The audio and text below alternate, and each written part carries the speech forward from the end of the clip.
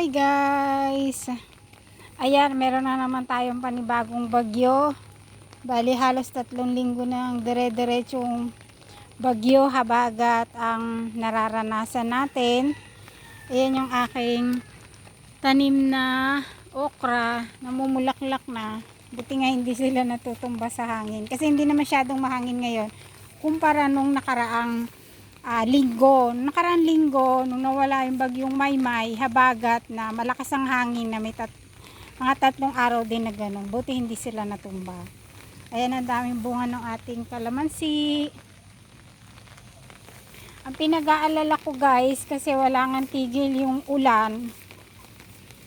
Tapos ayan, kawawa yung aking mga manok. Dahil basang-basa na sila ng ulan. Ayan, tingnan mo, matamlay yung kanilang kilos. Kahit na may bubong, kabilang side lang kasi yung may bubong. Basang-basa pa rin sila. Ayan, nakakaawa yung mga manok pagka ganito yung panahon. Okay lang sana kung talagang close yung kanilang kulungan na hindi sila nababasa ng ulan. Ito kasi nababasa sila ng ulan dahil wala na nga yung hobby ko, ako lang yung naglagay ng bubong. Hindi sapat yung bubong para sa kanila, kaya nababasa pa rin sila. Ayan yung nakakaawa. At syempre hindi ko rin naman kayang gawin dahil ako lang mag-isa. Tapos hindi naman ako marunong sa mga ganyan. Kaya yung klase ng kulungan na nagawa ko, ganyan lang. Tapos guys, ang isa pang inaalala ko dahil wala nga tigil yung ulan, ayan yung aking repolyo. Itong isa, masisira na siya. Harvestin ko na to. Pwede na kasi to guys, harvestin. Kahit na maliit pa. Mayroon ako doon sa yote, carrots. Ayan, igigisa ko na lang siya sa konting giniling. Kaysa naman sa hindi ko siya lalong mapakinabangan. Tapos ayan yung iba, malalaki pa naman. Ayan, sana huwag silang masira sa loob kasi nga hindi ito sanay sa sobrang ulan. Kaya nakakaawa yung ating mga manok kapag umuulan at saka mga halaman. Ayan, nakakaawa sila. Kaya sana maparami pa natin sila na hindi, kasi yung isa namatay na siya sa sobrang lamig at hangin ng panahon, sinipon. Ayun, nagkasakit. Kaya nabawasan ng isa yung manok ko na inahin. Pinaparami ko pa naman sila. Ayan, mga malamnay kasi sila dahil nga sa sobrang ulan. Tulad nitong isa, may sakit na naman. Yung yan puting yan na manok, namatay yung kapatid niyan. Ayan. Tapos siya, ganyan na naman. Sana, wala man ako magagawa.